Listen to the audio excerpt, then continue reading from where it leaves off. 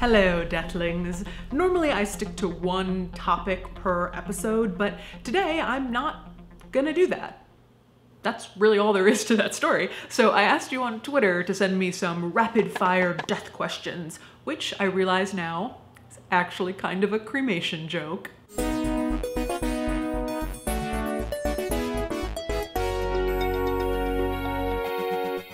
Katie Jones said, "What is the most random request you have received while arranging a funeral?" I have so many of these, like a garden of weirdness. Which rose shall I pluck today?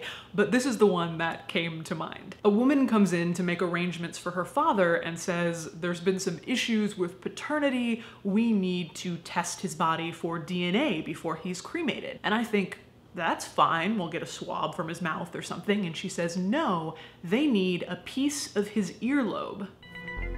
What? That is not a thing.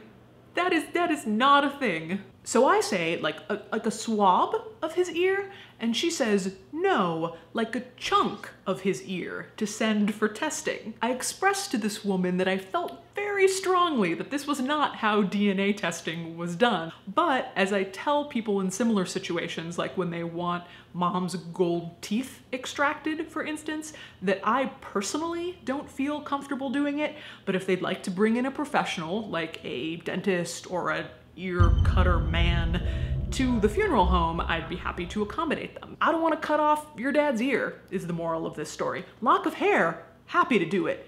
Ear, less happy. Not at all happy, actually. Dark Assassin, 1992. Worst death inaccuracy portrayed in popular television. You'll probably get different answers on this depending whether you're talking to a forensic pathologist or a mortician or an ER doctor, but my personal peeve, because I'm a fan of the science of decomposition, is that you can pinpoint the exact time of death. Doctor, this food in his stomach reveals it was 8:37 p.m. on a Saturday. No, you can't do it. You can make educated guesses on time ranges based on body temperature, rigor mortis, insects, but as my friend Dr. Marion Hamill says, the only way to tell the exact time someone died was if they were shot in the watch. Zing! Question about corpse erection. Question about corpse ejaculation. Not today, Satan. Not today. Mayday FX, wondering if the blood from the deceased can be donated. That is such a good question. This is definitely TMI, but when I was younger, much younger, I used to ponder why period blood couldn't be donated, because wouldn't that save us all? Haha! So the Russians actually pioneered what's called cadaveric blood transfusion in the 1930s, starting with dogs and then moving to humans. The study claims that a young man cut his wrists in a suicide attempt and was rushed in, barely alive, and a 60-year-old man who had died in an auto accident 6 hours prior was drained of his blood, given to the young man, who was promptly revived. But obviously it never really caught on in Russia or anywhere else. When it comes to dead bodies donating blood, there are several problems. First, when you die, your blood eventually begins to coagulate and clot, and carbon dioxide gets in there and the pH level changes. Second, if you're dying in a hospital, it's likely that you probably have some kind of disease or virus and there's medication in there, all of which means the blood is not exactly in tip-top shape. I think they're more interested in encouraging living people to donate, which you should, because you can donate many times over your life. Dead bodies is like it's a one-shot deal.